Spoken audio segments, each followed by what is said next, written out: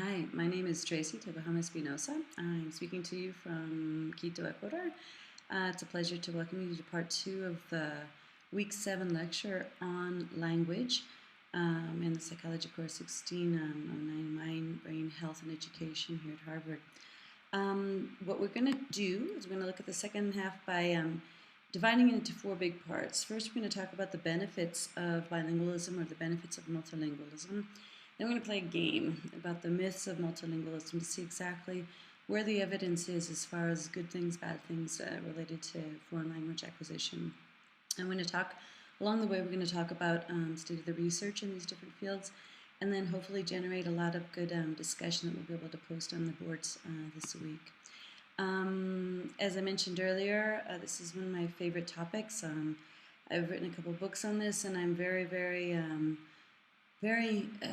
pro foreign language. I know that that really adds a slant to the way that I'm looking at these things, but I hope that it's beneficial in trying to convince some people who've been naysayers about integration of foreign language into early school settings. I hope we can have a really good debate about that in this week's work. My main reason for actually doing this and for loving it is because I've raised 3 children in 4 languages, and they're great. For the past 20 years, my daughter Natalie and my son Gabriel and my other son Matteo have been doing just great with languages. My daughter graduated from the German Abitur and had to take language tests at the exit and was shown to be a perfectly balanced multilingual, speaking, reading, writing, all comprehension levels in English, Spanish, and German, though her writing in French isn't all that terrific. But she doesn't have an accent in any of her languages, neither do the boys. I think this has a lot to do with the early acquisition that they had. I myself speak Spanish fluently. I have some German, some French, some Japanese. I love languages, and I'm a big proponent of this, so I hope I can convince all of you that this is a good thing to do, independent of how old you might be right now or how old your children are. To begin, I'd like to just sort of share with you some of the benefits of bilingualism, and we have a very important, serious video here to share with you.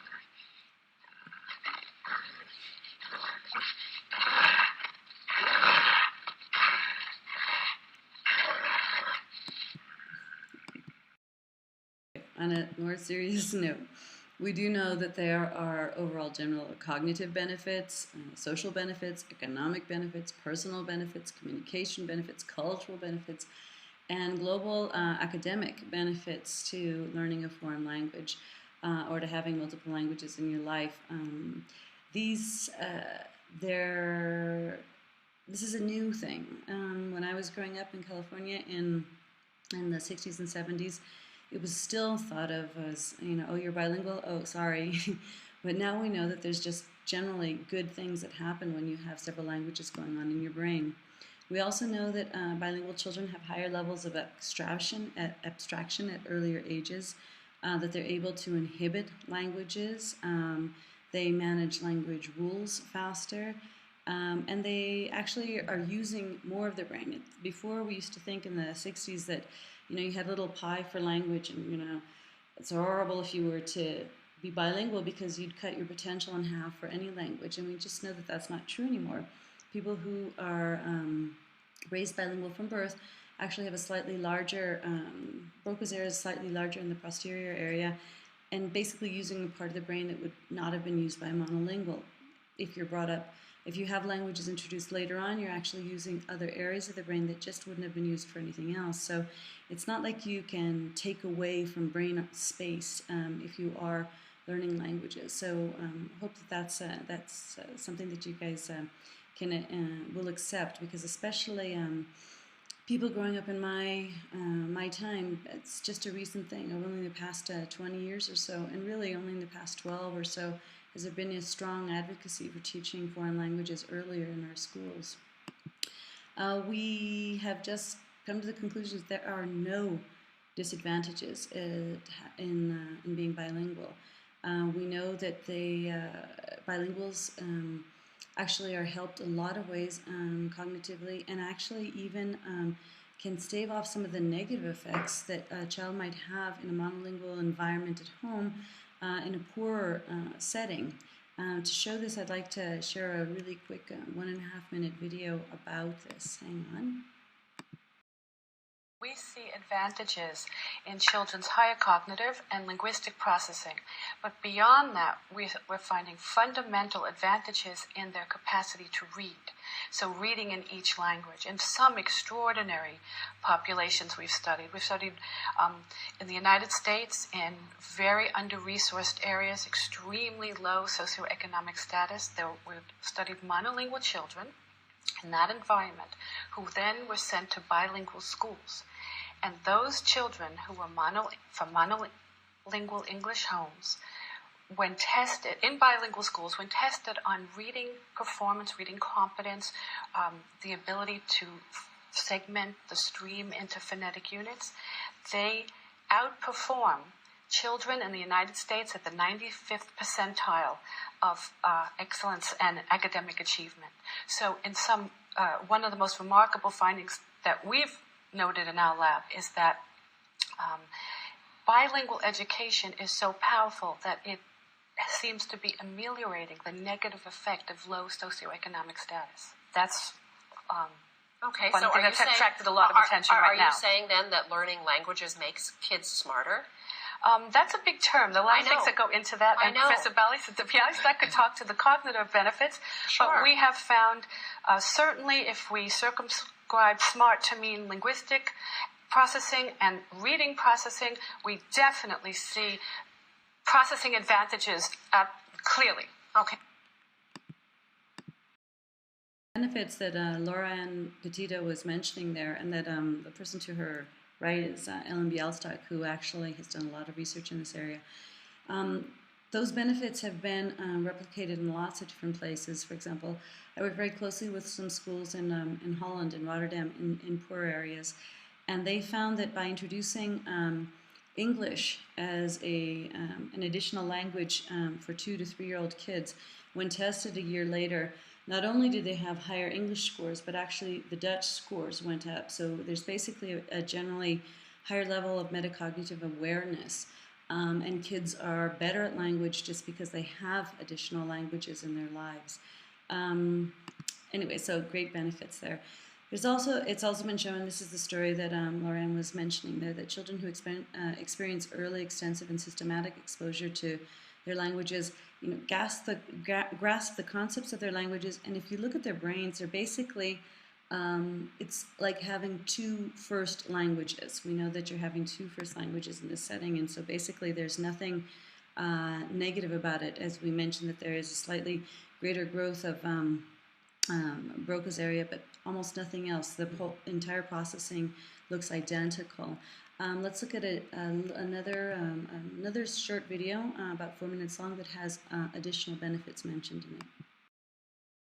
Hi, I'm Veronica with WatchMojo.com, and today we're speaking with Caroline Erdos, a speech-language pathologist from the Montreal Children's Hospital, on the do's and don'ts of raising a child learning 2 languages from birth. What are the benefits of raising a child who knows more than 1 language? Well, there are several cognitive advantages. So, for example, bilingual children have been found to have better abilities at problem solving and at ignoring irrelevant information when they're problem solving. There are also advantages later in life. For example, adults with Alzheimer, the adults who are bilingual will tend to only begin showing signs of Alzheimer later than the monolingual individuals. Do you always have to have one parent speak one language, the other parent speak another language, and their teachers stick to one language? One can choose the formula one wants. So it could be one parent, one language at home, 2 different languages in the home, or it could be one language in the home one language at daycare. There are various formulas. What that does is ensure that there's a sufficient amount of input in each language. So, for example, a child with whom we only read in a language would not necessarily be exposed to vocabulary concerning academics or sports. But if we're holding many conversations with that child in that language, then we're covering a wide range of vocabulary. Will learning more than one language ever confuse your child? No, generally children are quite able to learn two languages, and in fact worldwide there are more individuals who are bilingual than individuals who are monolingual. Now, should parents worry if the child uses two languages in one sentence? No, actually it's quite natural phenomena for individuals who are bilingual to use words from the other language.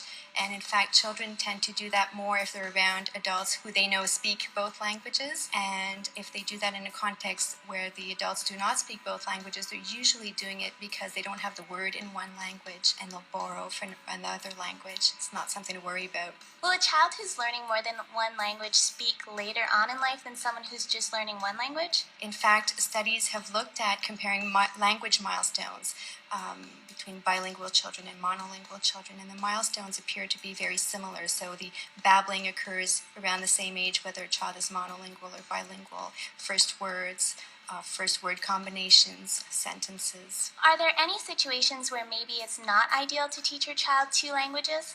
Not that I know of. Even in the extreme case of children who have language disorders or what we call language impairment, those children, whether they're bilingual or monolingual, their language skills will look the same. So bilingualism does not further exacerbate even a child with language difficulties.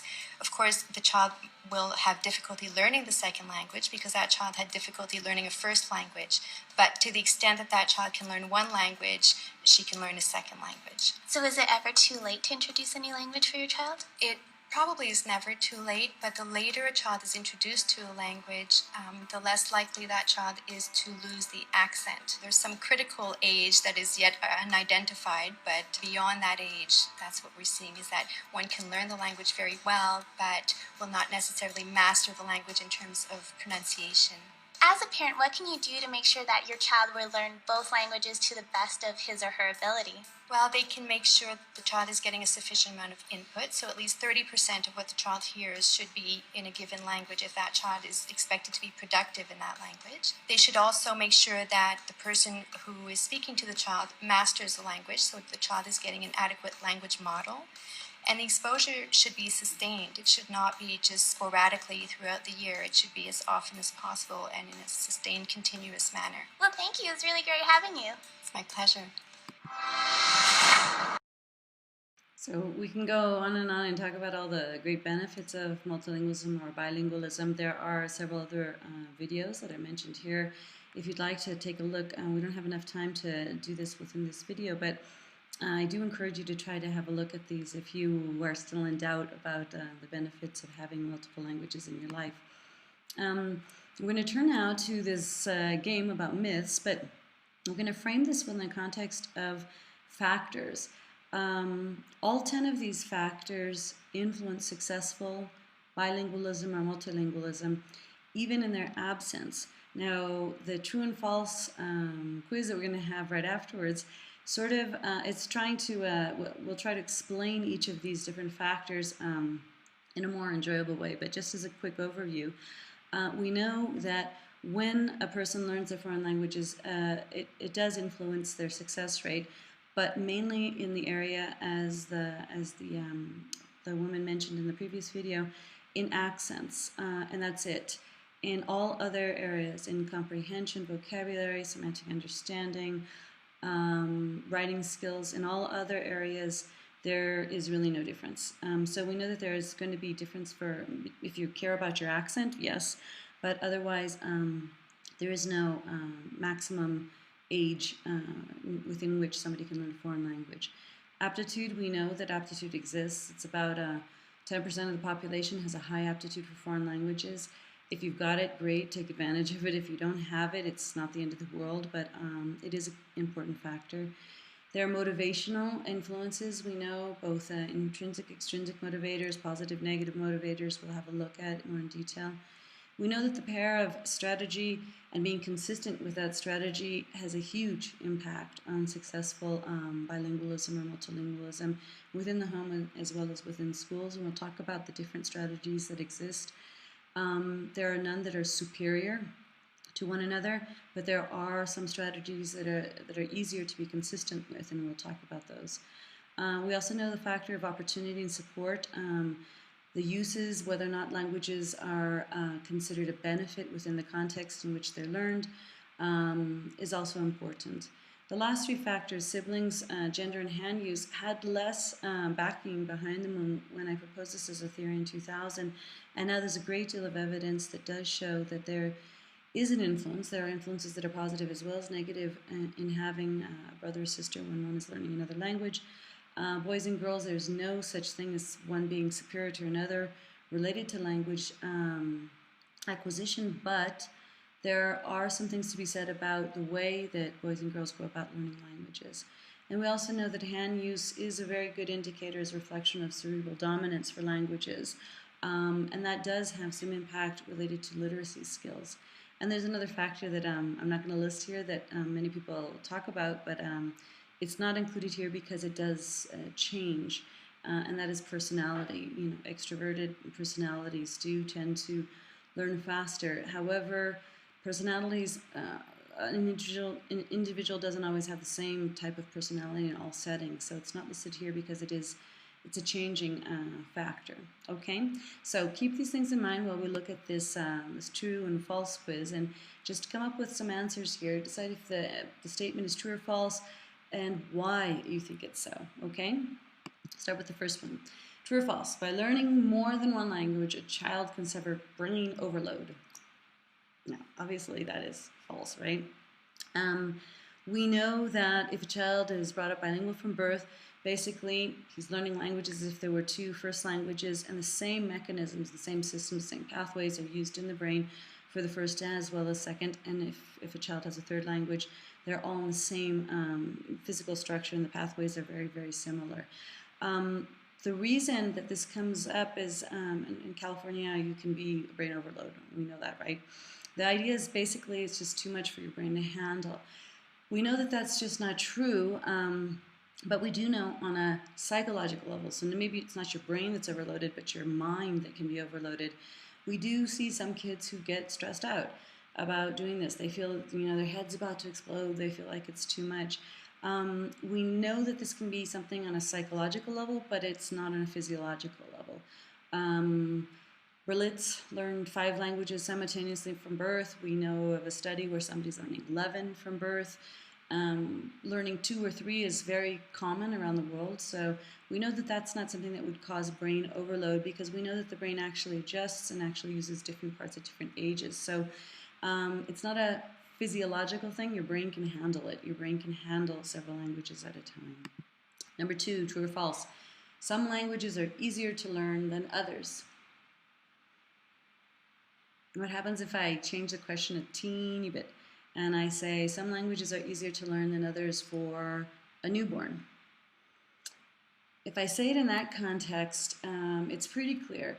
Human beings are born universal receivers of all language sounds. So anybody from any part of the world, born anywhere, any human being can speak any language, because in order to be able to pronounce a language, you have to be able to hear it, right? So if you're born a universal receiver of all language phonemes, you're able to produce all of those different sounds. Let's say you think that Mandarin is a hard language. Chinese is so hard, it's so hard, and let's say that English is so easy. If you have a newborn in a crib, looking up at mom, speaking Mandarin and dad speaking English, it's not like the baby's going to say, forget it, mom, I'm not going to do this. I'm only going to go with the easy English language. That'll never happen. And it won't happen. If it were to have happened, think of evolution. It's kind of like a linguistic Darwinism thing. All the hard languages would have faded out by now. And they haven't. They haven't because no child finds any language more difficult than any other from birth, right? But we do begin to pass judgment on our languages. And when we know, I guess there's 2 stages where this could also be true, right? When we know enough about our first language, we start to compare, and judge new languages. For example, I speak English from, it's my native language. When I began to learn Spanish, I thought it was quite hard because in Spanish, all the articles, have sex attached to them. It's masculine or feminine, and I spent a lot of time trying to understand la taza, la mesa. I had to try to understand what the gender was of different articles. And I got over it, and I learned Spanish, and I'm fine at Spanish now. But then I tried to learn German. And so from German, first thing that happened is German changed like the sex on like half the things that I thought I knew. So like La Luna, the moon, ended up being masculine in German, where it was feminine in Spanish, and that threw me off a little bit. And then things that were like, there was illogical things for me, like little girls. I have no understanding why up to today why little girls, das Mädchen, why girls are neutral in German. It makes no sense to me. So at that point, I decide German is harder than English. I'm making this comparison again. So we know that people begin to judge languages and say, well, this is harder than that, based on comparative aspects. But we know that little kids don't do that. Kids just pick up and run with it. They don't have a judgment call. They don't judge whether this is a good or bad or hard or easy language until they're a bit older. And so it takes a lot longer for them to actually begin to make those comparisons and actually say something is more difficult. A second reason this might be true, or many of you might have said it's true, has to do with writing systems. We automatically believe that if a new language we're learning shares the phonemic alphabet, for example, A, B, C, D, then it's easier, and that we presume that things like Arabic or Russian or Chinese or Japanese or Korean, those are more difficult because the writing system is different. And so we will begin to make those judgment calls. But in general, no language is harder than any other for a child. So we should, bear that in mind. And as the woman mentioned in the other video, the earlier the better, okay? Number 3, bilinguals are more creative than monolinguals. There's very little research in this area. However, the little research that there is, Ricaldelli, for example, identified 33 different types of creativity, problem solving, art, music, whatever. And she found that bilinguals they had higher scores on 30 out of 33 of those tests. Now, nobody knows why. It could be something about the brain, or it could just be perhaps the lifestyle, the culturally openness of bilinguals. Nobody really knows. But it does tend to be something that's quite positive for bilinguals. It's an added benefit. True or false? Bilingualism can cause problems such as stuttering and dyslexia. We know this is absolutely false, okay? Dyslexia, you're born with it, it's not something that, is caused by having several languages, although we do know that it can be aggravated. It's hard to learn to read if you have dyslexia, and it's doubly hard if you're having to do this in an additional language. So we know that it doesn't cause it, but it can irritate it. There's no reason that a dyslexic can't become multilingual in an oral level. Nothing impedes that. However, the writing skills are a big challenge there. Stuttering in general, most cases of stuttering are psychological. They're not neurological. Yes, there are neurological roots to some stuttering, but most stuttering is based on psychological causes, and it is not caused by bilingualism. If a little kid comes up to you and they say, I wanna, they're not stuttering, right? They're just looking for a word that they can't find. And, there's a way out of that. Just give them the word. If you just give them that vocabulary word, you will stop that. So basically, we know that that's, it's not a cause, but typically speaking, when that kid is doing that little song and dance of I wanna, then your mother-in-law passes by and says, look what you're doing to that kid. And we know it's not true. Bilingualism, it's blamed for a lot of things, and rarely is it really the true cause of problems. Definitely not of stuttering. Number 5, it's impossible for an adult to learn a foreign language as fast as a kid. This is totally false. We know from research in the UK that adults are actually better at learning foreign languages if and when they spend the same amount of time as a kid. We find that kids, are fully immersed in the language. They're using it all the time. They're with their peers. They spend 5, 6, 7, 8 hours a day in the language or more. Whereas adults, they'll maybe take a foreign language class, for a couple hours a week, and then they wonder, oh gosh, my kid is such a sponge. They're learning so fast, and I'm so slow. It's just not true. Because adults have the crutch of having already an established language, they can actually use language rules to their advantage. They know what verbs are and adverbs are, and they understand irregular verbs, and they understand sentence structure, and they understand that all sentences need, subjects, verbs, and objects. So they're actually able to use that to their benefit. So adults are faster than kids. Sorry. However, you should say, but what about foreign accents? It's impossible for an adult to learn a new language without an accent. First of all, never trust a question that says impossible or never, or something like that. Adults can learn foreign languages without accents. However, there's many reasons why many adults don't. Some of those reasons include just the simple fact that a lot of people believe that learning foreign languages is to help them communicate. And so, so I have a little accent, but you understand me, so we're communicating, so the accent is the least of the worries. That could be one thing. A second reason is because your tongue is a muscle, and you have to be able to hear something to be able to pronounce it, but then you also have to force your mouth into doing things that maybe it's not been used to doing.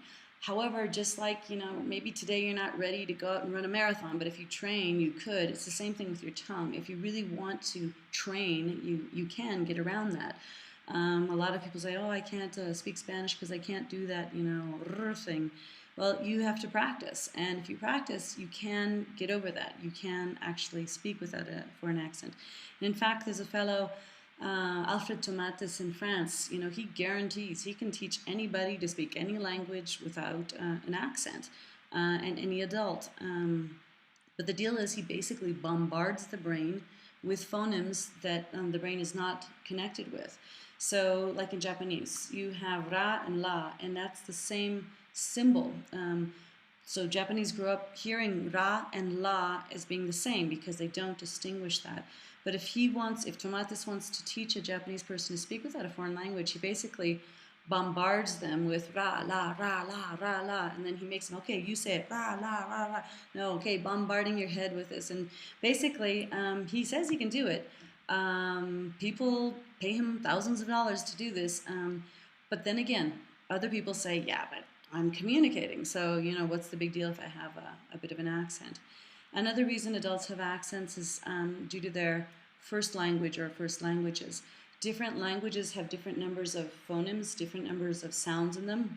So, for example, if you speak Swedish or Dutch as a first language, you have a really broad range of phonemes, which means that the likelihood that you can speak, say, English, which has slightly smaller number of phonemes, or Spanish with even less phonemes, the likelihood that you will speak those languages without an accent is pretty high.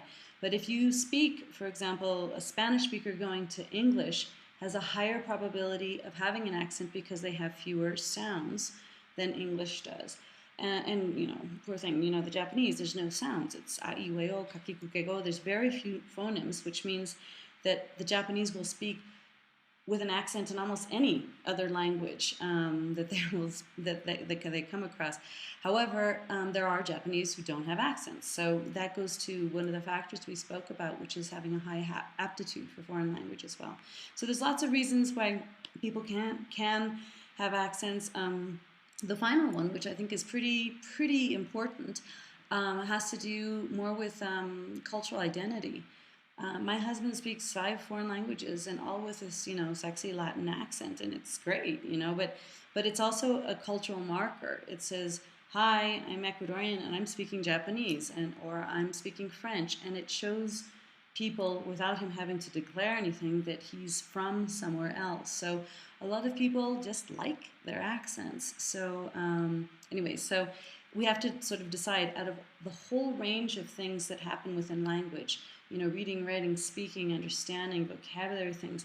Of all the range of things, the only thing that gets put at risk with the older you get is your accent. So if accent is the only thing that's hanging us up about learning languages when we're older, I think we have to get over it, because there's a lot of reasons why we're going to have an accent.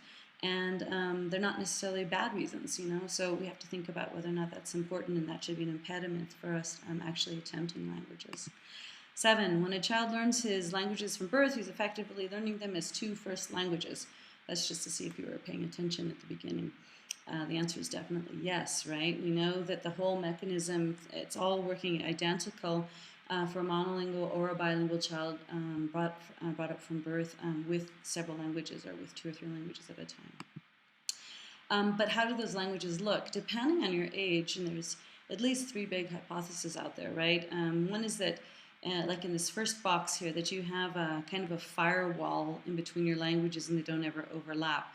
And you might suspect that would be true with languages that don't share syntactic structure, that don't share any type of vocabulary, and that don't share symbol systems or alphabets or anything like that. So probably, I guess if we could say, maybe Arabic and Korean or something like that. They're so distinct that maybe there is such a way as to divide them. But the second idea is that you actually have languages, like you'll have a strong first language, and then you might learn a second language, but not as good, for example. And that's kind of one on top of another. And another case is probably the most popular, and this is Whitaker's work, is basically this overlap hypothesis. Several languages that we know, or that a lot of our kids will be learning in school, for example, Spanish, French, German, they do have overlap with certain things with English, for example. And so you will be sharing either some vocabulary, parts of speech, or the grammatical structure of the language. So we're not really sure how languages actually coincide, but one idea is that there could be any of these could be true depending on the age and the type of languages that you're learning. We know that people brought up bilingual from birth are basically going to have the same structure, and that basically this cuts off really early, around 7 months or so of age. We know the brain, or the skull grows so fast in the first 3 years of life that basically giving your brain the space to actually locate things in other areas, it will. So we know that, as we mentioned before, babies are born universal receivers of language, but this will quickly narrow. This was Worker and Tees did some studies on this, where they showed that babies 6 to 8 months old, 8 to 10 months old, and 10 to 12 months old they were all wired up. These were Anglophone babies who had English at home.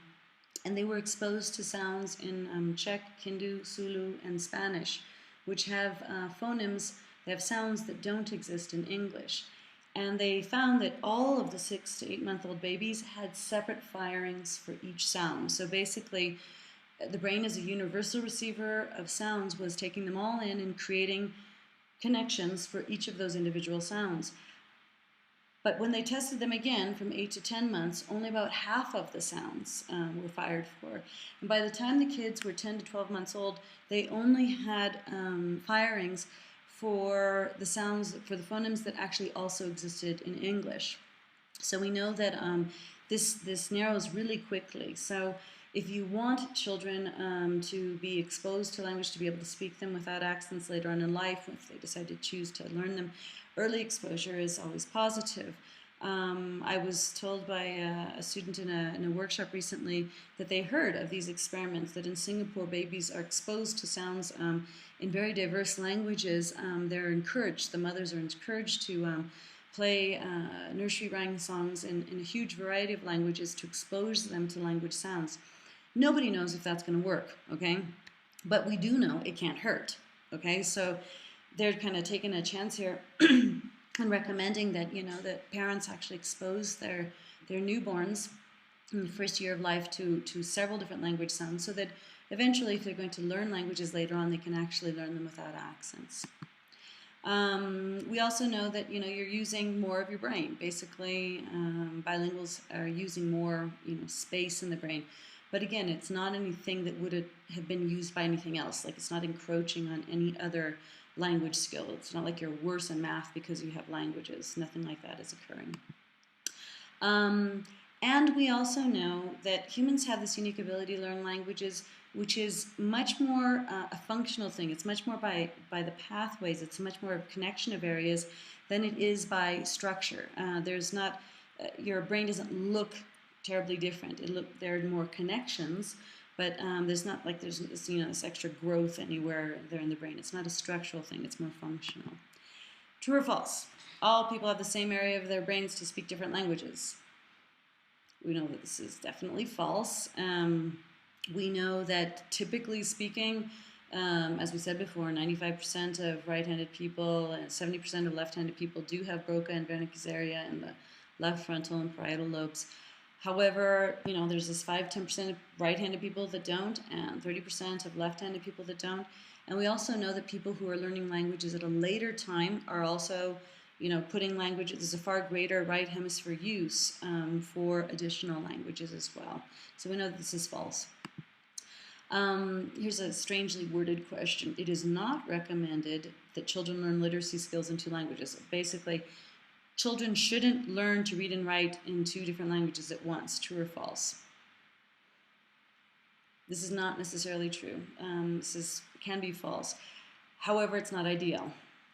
We know that in the best structures, for example, in the European school model in Brussels, they have a system where children come in at 3 years old and they start school in their native language. And then 2 years later, they are introduced to what is a world language, which is basically a European Union language, which is also a UN language, in a form of play. So when they're 3, they have their native language. When they're 5, they begin pre-literacy skills in their first language, and they're introduced to the second language through play, okay, which is a world language.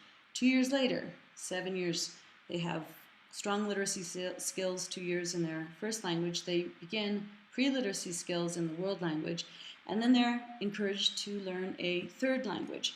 They're introduced to a third language, which is supposed to be a border country language. So if, let's say you live in Spain, you should learn either Portuguese or French because you border with those countries. So that's introduced in either it can be physical education, it can be art, it can be even math, which is very demonstrative. But also the main goal here is that they love the language. The main goal is to make them fall in love with this language. There's a huge affective element there. So in their second language, they're learning pre-literacy skills, and in the first language, they're solidifying their language skills.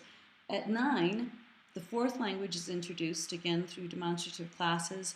Pre-literacy starts in the third language. Now they have 2 years of solid literacy skills in their second language, and they're working on their 4 years of literacy skills in their first language.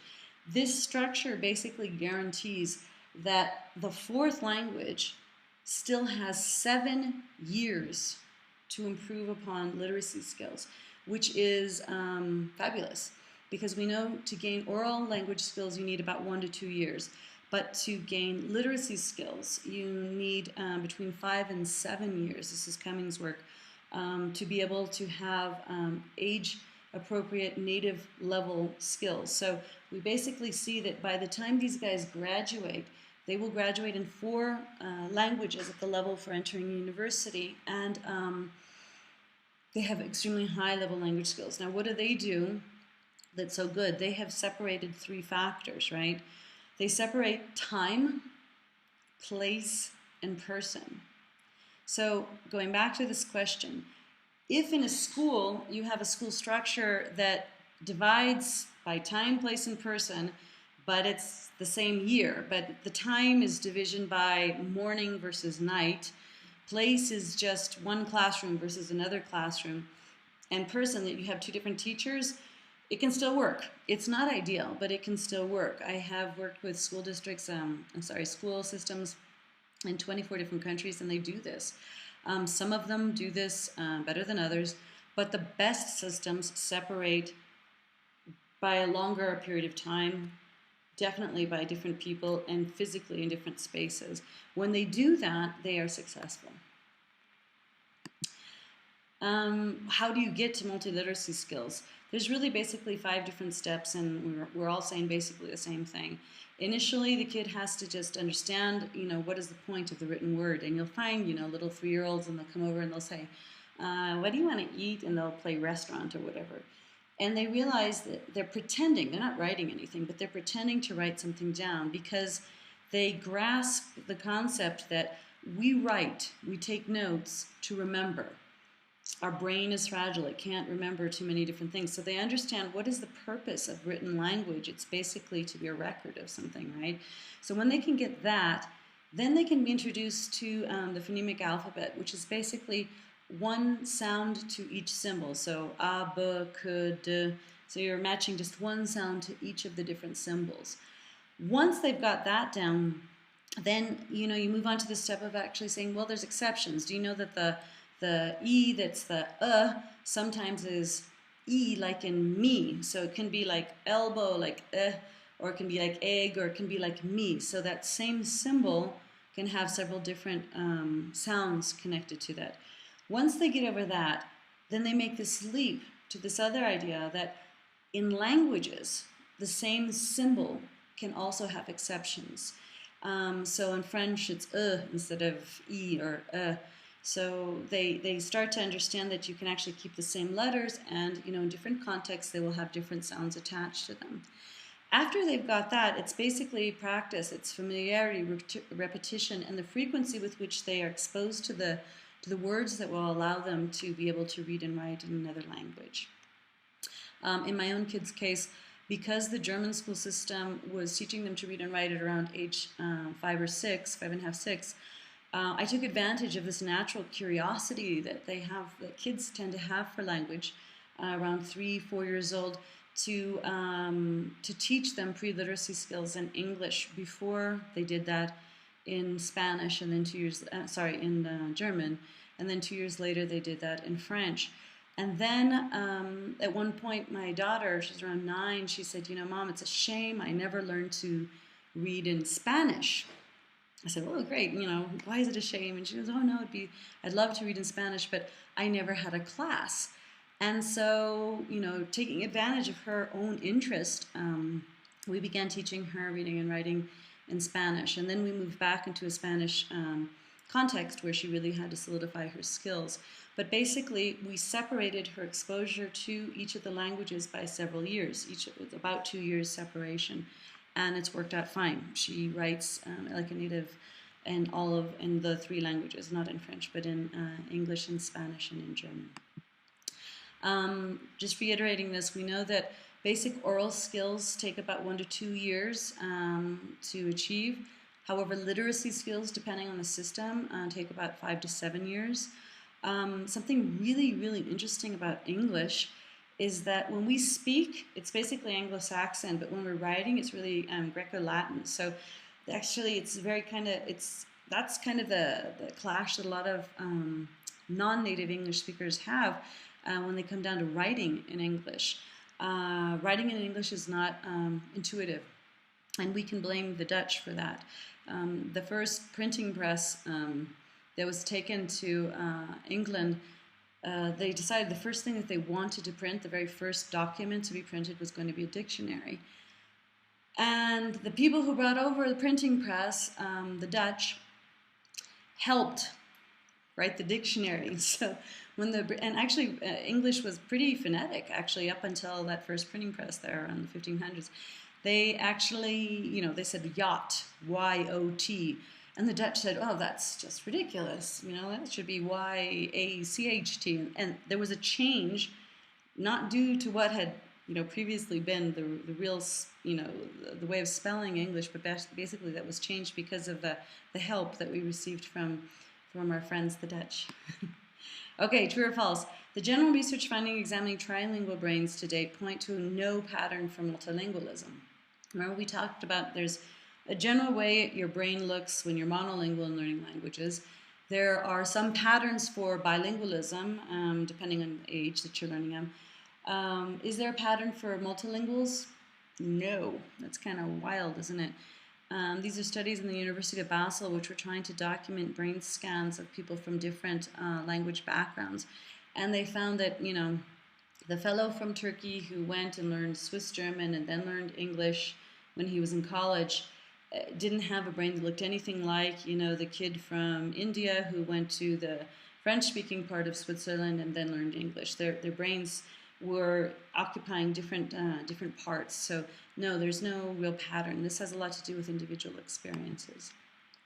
True or false? Multilinguals are shown to be faster at working memory tasks than monolinguals. Totally true. And this is actually fabulous. This is one of the reasons there's so many cognitive benefits. So much of learning depends on working memory capacity. And apparently multilinguals, bilinguals, they have an expanded working memory capacity, basically because they're always, holding several things in their head at once. Basically, we know that working memory is different from short term, right? Short term is like memorizing certain units, memorizing like 7 different units, like a telephone number or something.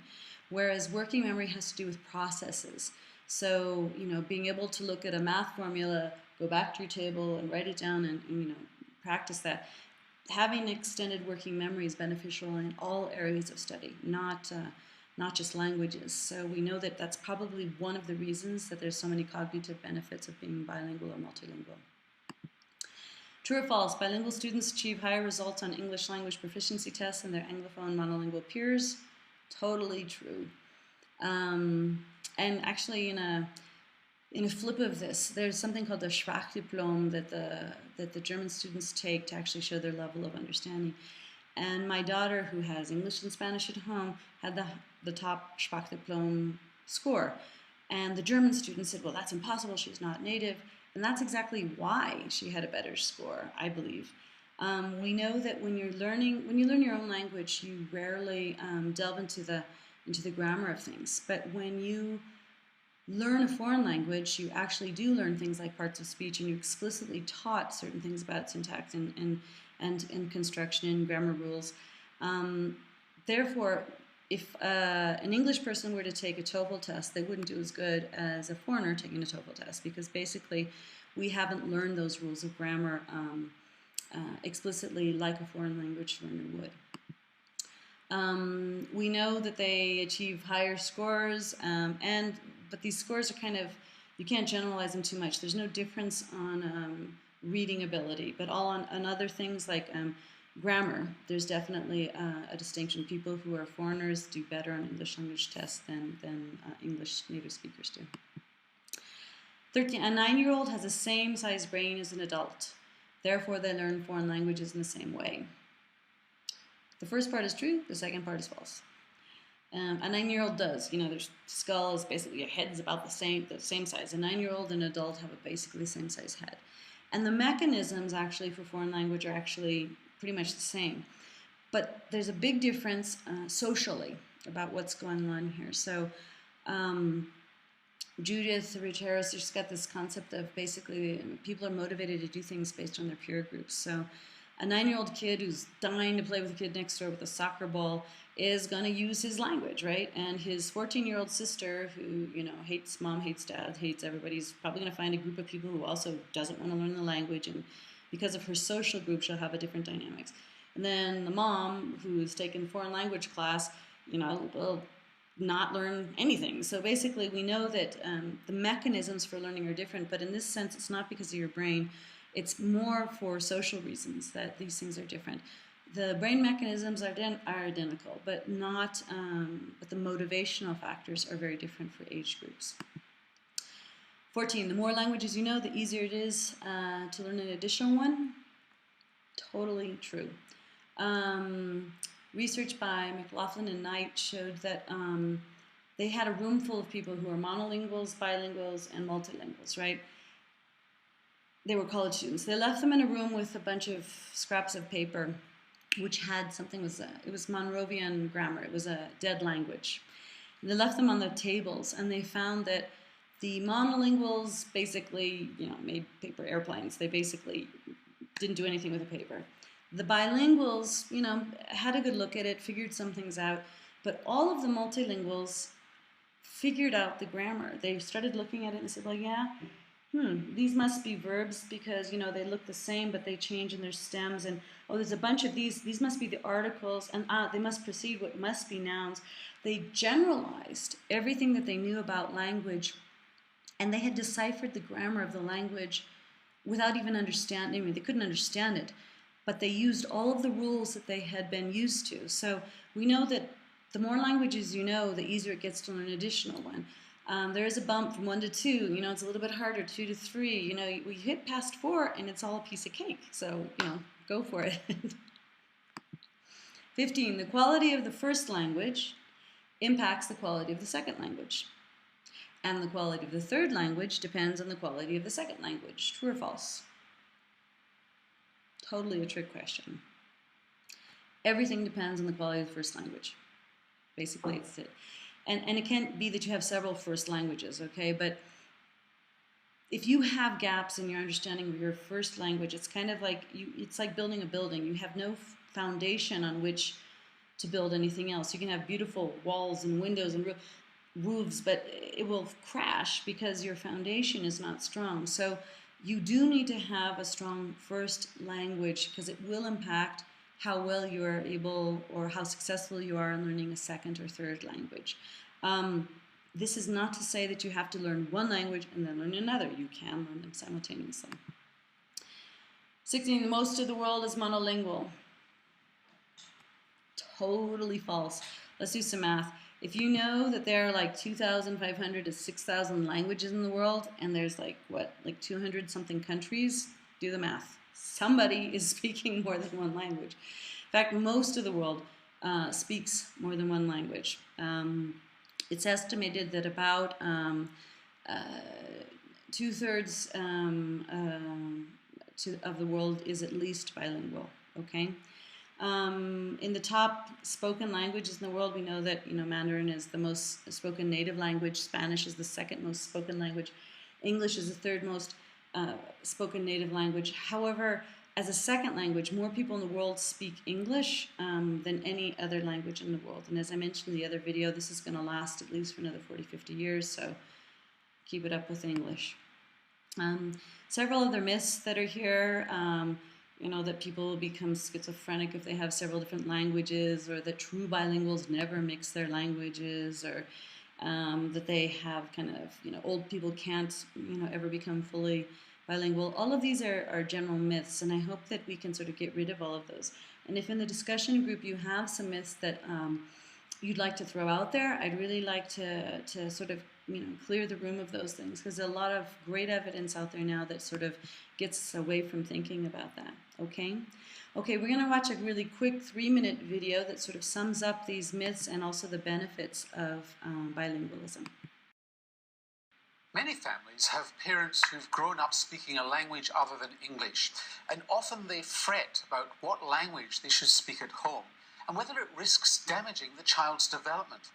Well, there's really good news about bilingualism, whether it's a spoken language or even a sign language.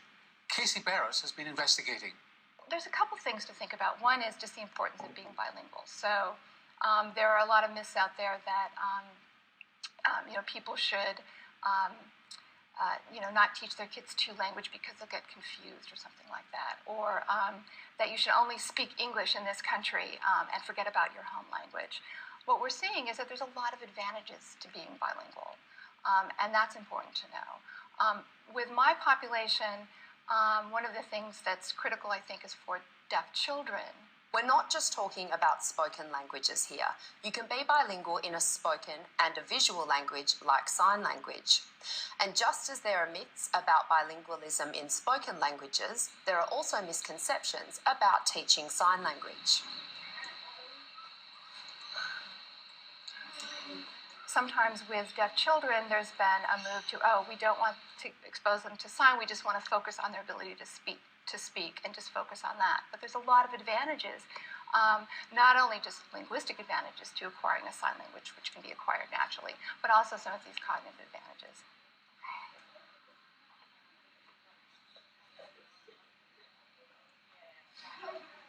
So tell me about the advantages of being bilingual. Well, so for bimodal bilinguals, so people who know a sign and a spoken language, we find enhancements in mental imagery abilities, in face processing, and in spatial memory. For unimodal bilinguals, people who know two spoken languages, we see basically advantages in executive control. So advantages in being able to inhibit information and to selectively attend to information. The bottom line here is the brain is being stretched, whether you're using two spoken languages or a spoken and a visual language like sign language. Spoken and visual languages happen in different parts of the brain, so they have different benefits. The other question parents often ask is when's the best time to start learning a second language? And if you're an adult, is it already too late? That's a great question. It's always the earlier the better for language. It doesn't mean that you can't pick up a language in adulthood. It's just harder. So the earlier you start, the better. And the more consistent you are, the better. And if you learn when you're older, do you still see the same benefit? Yes, actually you do. Particularly, I know for the bimodal bilinguals, you see, if you're fluent, you have to become fluent in the second language, but then you see enhancements in those same areas. At what point does someone become fluent and see those benefits? There's a wide continuum from just knowing a few words or a few signs to being able to carry on a very long conversation and give lectures in your second language. We don't know exactly at what point the advantages come in. There does seem to be a range so that the more you see these advantages.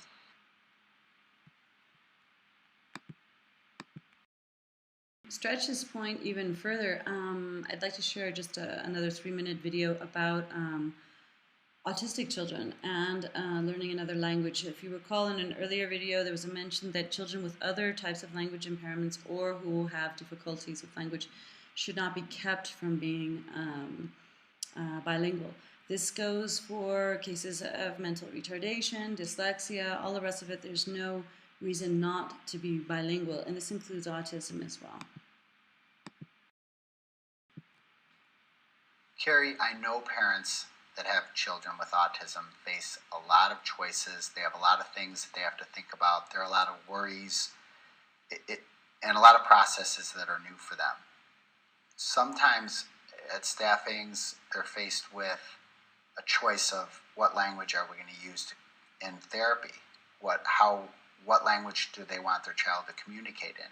If they're bilingual, what would you say to them? What should they think about before they make a decision to use maybe one language rather than another, or to do therapy in both languages, or maybe to eliminate a language and focus on the language that the school uses? What would you say to them about that?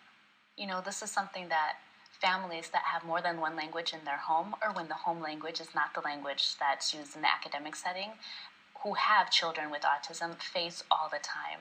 And I think, unfortunately, very well-meaning professionals are still giving the recommendation that we should use simplified language. And we can still agree that if we're talking about simplified language and the fact that students with autism may have difficulty understanding, say, idioms or things that aren't literal, concrete language, I do agree with the simplified language recommendation. However, sometimes simplified goes one step further to indicate only using one language, which usually means the language that's not the language of the home, but the language of the academic setting. And with this, we can draw from some of the research that's been done with children with specific language impairment or other language impairments that show us that when you do add a second language, there are not negative effects to the first language.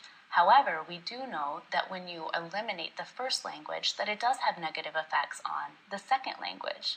So given this, we can think that the same would be true for children with autism, who also obviously have deficits with developing language. Another thing to consider is that at home is where children do a lot of their socialization. They not only learn about how to socialize through the modeling of their parents, of their siblings, and other relatives who are part of their lives, but they also get the chance to practice that type of social language and pragmatic rules. What sometimes happens, again, very well-meaning families who take out the use of the home language when they're speaking with their child, they may be actually isolating their child from some of these very important communicative interactions that could be helping them in an area that we've historically known to be an area of deficit. So I would not only say that we have reason to believe that being bilingual and a student with autism might actually be a benefit to that student, and not using the home language could actually be more detrimental to their overall speech and language development. Carrie, thank you very much for coming to talk to us today. Oh, it was a pleasure to be here. Okay, to sum up then, we're going to actually go back to these 10 key factors and just look at a slide or two on each of these different factors. And as we do this, I'd like to suggest that you yourself think about your own personal situation or kids that you might work with or your own children, and actually try to figure out what might be their combination. The idea of this is basically it's like cooking.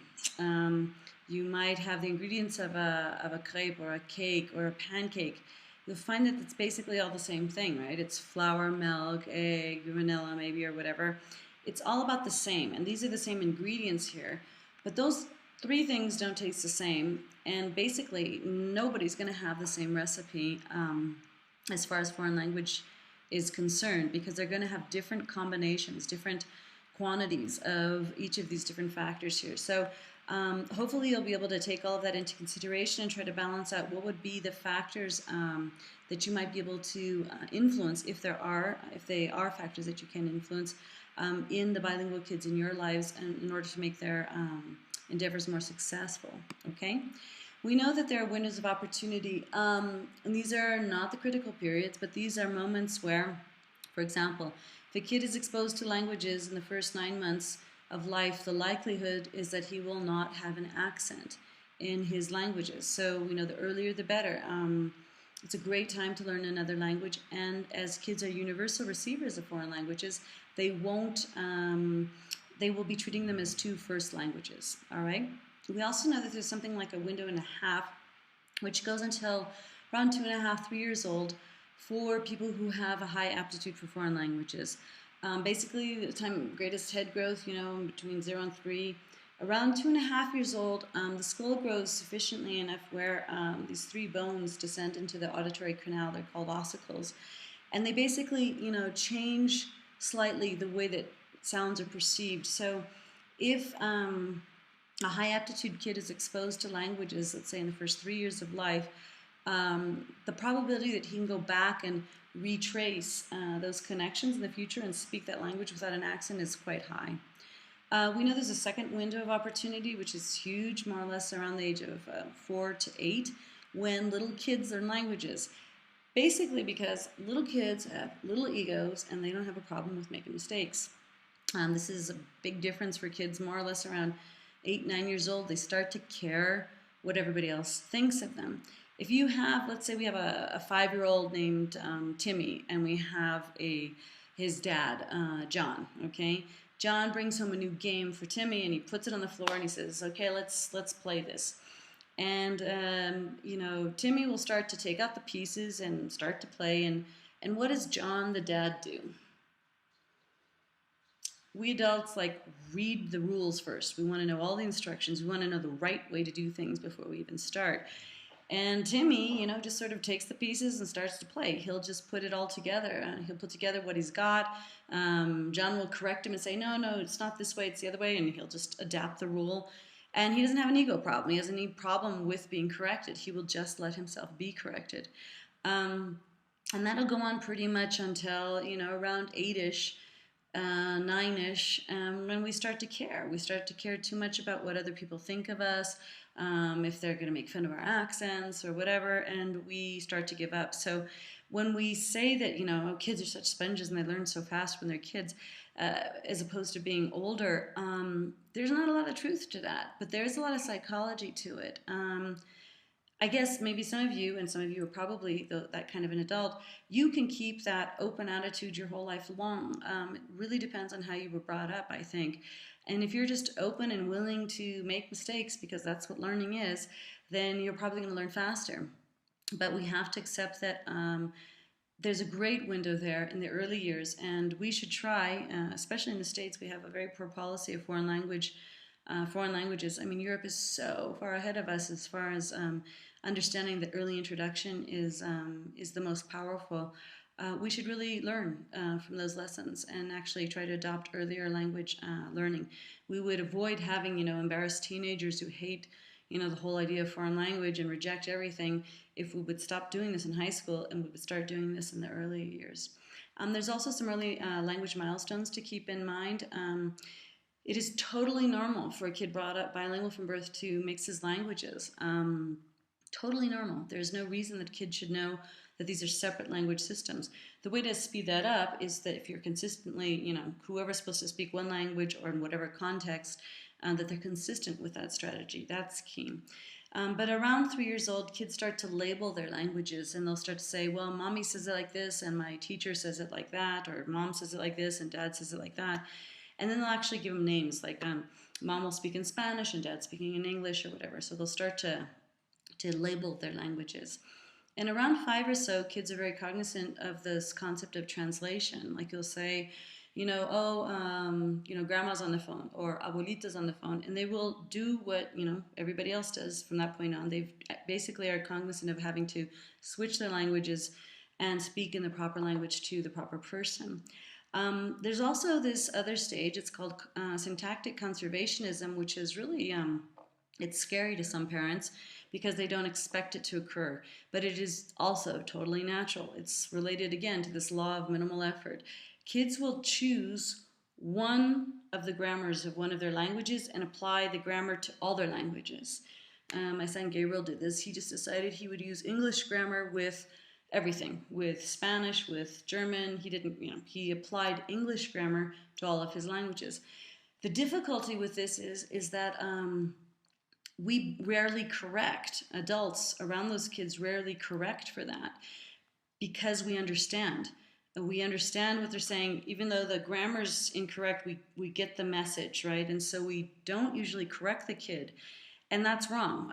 If we can be aware of that and help model back for the kid when they say something wrong, or the house, my house red is, or whatever, and you say, no, oh, your house is red, switch it around for them, give them the right model, but don't let them get away with it. Even though you understand it, the only way to speed up getting through that is having good models, all right?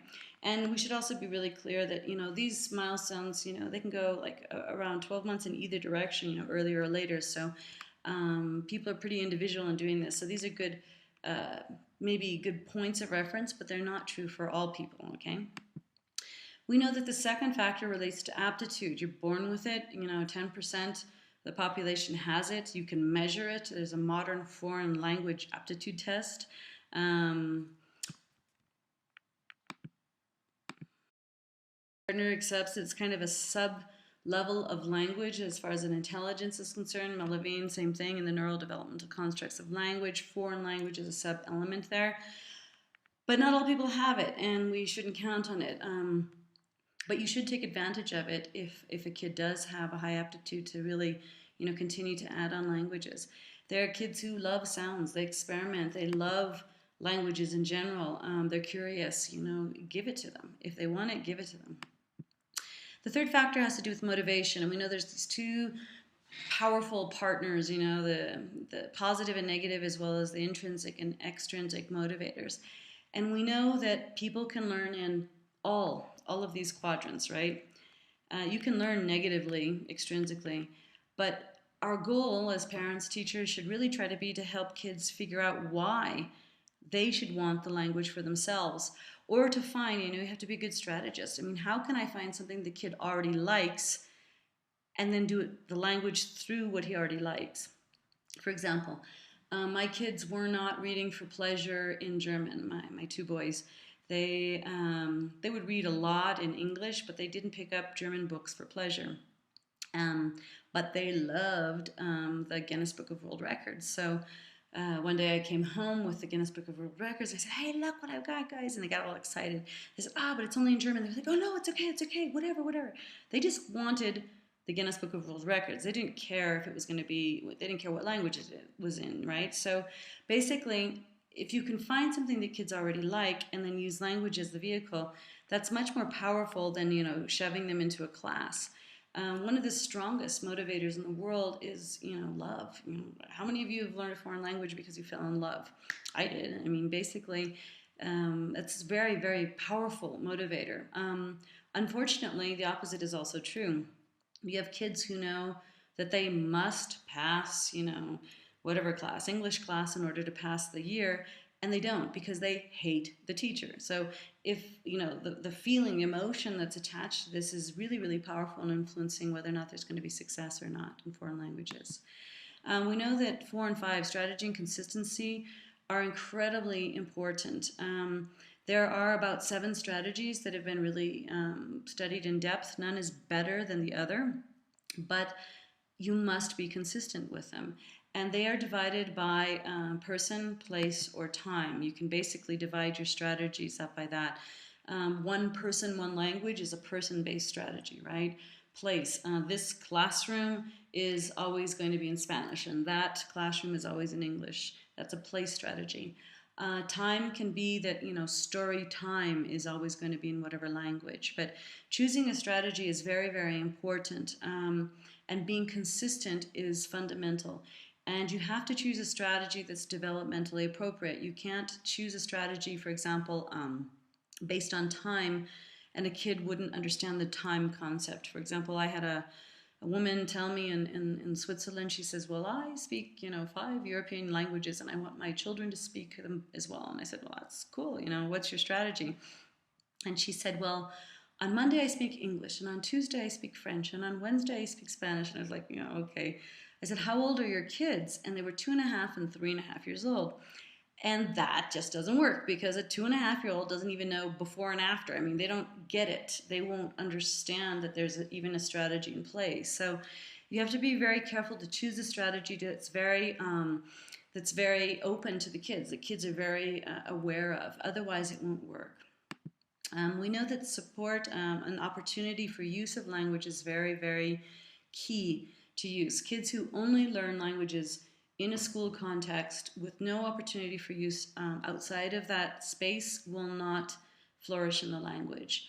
The best way to create opportunities is to have friends. I mean, age-appropriate language exchanges is one of the best things you can possibly do. And also this goes for communities. In the United States, we have a terrible problem with still, some communities still think, English only, English first. Did you guys know that we are the only country that does not have, or one of the few countries that does not have an official language? There's no official language in the United States of America, but we presume that English is kind of this, it creates a social equalizing effect, that we presume everybody's going to speak English.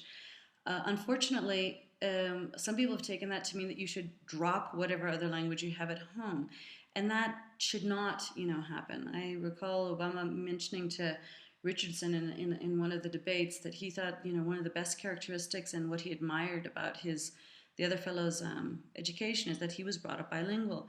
One thing that we should do is encourage people to be brought up bilingually, but also immigrants, we shouldn't ask them to drop their language. We should be much more open to that. And it's going to be very important for the future of the United States, economic future of the United States. So hopefully we're creating not only opportunities, but also that we have a community that's highly supportive of that. If you travel throughout Europe, everything, the trains, the signs, the orange juice carton is multilingual. There's a support for language throughout the community, which we don't have yet in the United States, and I hope we can try to fortify that a bit. The 7th element has to do with historic and linguistic relationships between languages, which we mentioned before. We talked about language families that can exist, how you can sort of divide up the language families. They sort of grow up together, and basically by isolation, they actually end up having different types of languages. So being separate actually helps develop even more languages. There's different ways of plotting these things. But basically, we know that languages that are associated, related to other languages, are easier to learn than others. We also know then there's linguistic typologies and languages that share these linguistic bases that have the same order of the words should be easier to learn than those that are different. For example, in German past tense, it's hard for an English speaker to realize, but the verb is always at the end, right? And that's something that's very hard to sort of think about, because that's not the way we would do this in English speaking. So you have to, we find that languages that share the same structure are easier or faster to learn than those that have different structures or different typologies. From here, we're going to look at first and second languages have powerful influence on third languages. Basically, based on the typology of the languages is very important. The speaker's proficiency in the other languages that they have, their metalinguistic awareness, if they understand general rules of language, and how much time is spent on the language itself.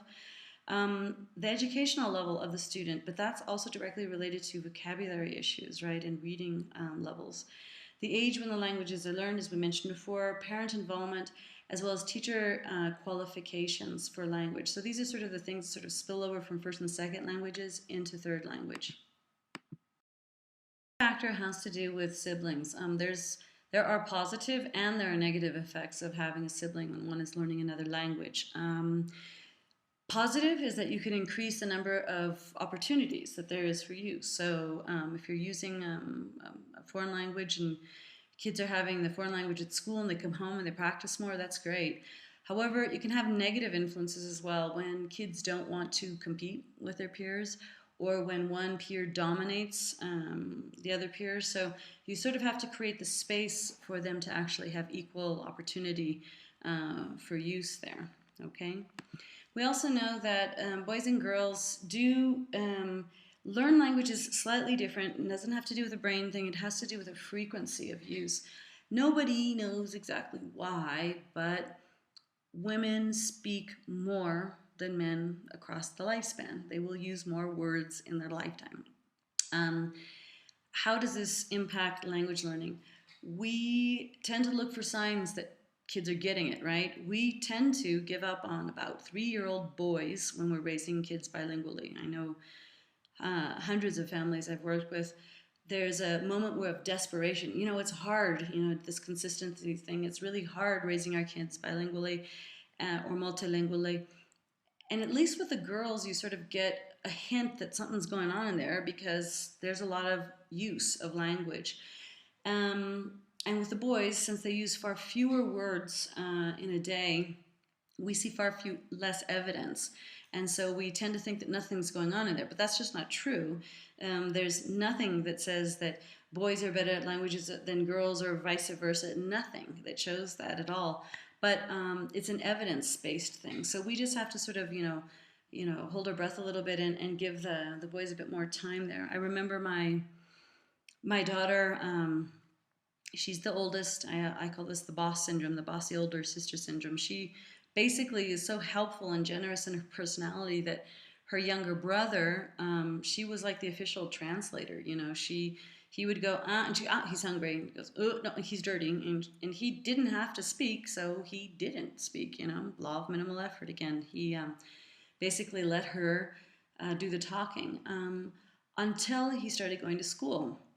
And about three and a half or so, he was in the school, and I remember picking them up from school one day and asking, basically, how was your day? How's everything going? And my daughter starts in and blah, blah, blah, telling me all about her day. And all of a sudden, out of nowhere, Gabriel said, "It's my turn." and he hasn't stopped talking since. So basically, there's this a way that we have to sort of gauge and measure and sort of give space to the kids in the family, especially, the whole boy-girl thing. Of course, there's girls who don't talk at all, and there's boys who talk a lot. But in general, girls are using more words in a given day than a boy would. So there's a little bit more evidence there that they're actually getting it, but both are probably getting it, okay? The last factor has to do with hemispheric dominance for languages, which is a pretty good reflection of cerebral dominance. Somebody who is right-handed tends to have broken Wernicke's area in the left hemisphere. However, most left-handed people also have broken Wernicke's area in the left hemisphere. So that's to say, most of the world will have language in their left hemisphere. However, there is evidence that there are people who don't. 5 to 10% of right-handed people, 30% of left-handed people don't. And that's a lot of people in the world. Since we devise school materials for the average, we find that there's a lot of people then who are also being left out of this average thing. There's some studies in the University of Washington showing that people who have hemispheric dominance for languages different from the average or typical brain actually prefer to learn literacy skills more like we might strategize for a dyslexic instead of by phonemes like a cat. They prefer to learn whole groups of words like cat, hat, mat, bat, rat as chunks of words together. We're not exactly sure why. We don't have enough evidence in this area yet, but we do. It's something to keep in mind when you're thinking of these 10 factors that influence successful language acquisition. If you do have, a second born boy who's left-handed or whatever, think about all the possible factors, the possible things that might be going on in that kid's life to either be positively or negatively contributing to his language learning or her language learning. Finally, I'd ask you, what is this missing factor? And I did mention before, personality comes into play. Strong personalities, people who just will I'm going to learn it or die, this attitude of they're just going to go for it, they do learn faster than people who are more meek or shy with their languages. So personality is important. However, personalities are different and they change, and the same person can have different personalities in different social contexts. So it's not included here because it fluctuates too quickly, but it is something to keep in mind. Okay, so here's the general summary. We talked about timing and the windows of opportunity, aptitude for foreign languages, motivation, the pair of strategy as well as consistency, opportunity and support for foreign languages, language typologies and similarities, the influence of siblings, gender and hand use, as well as personality. These are all strongly influencing factors in successful multilinguals or bilingualism, and I hope that this has been helpful in better understanding how to motivate or what we can actually influence in the children's lives that are within our realm of influence, so that we can actually help more people become either bilingual or successful multilinguals. Thank you.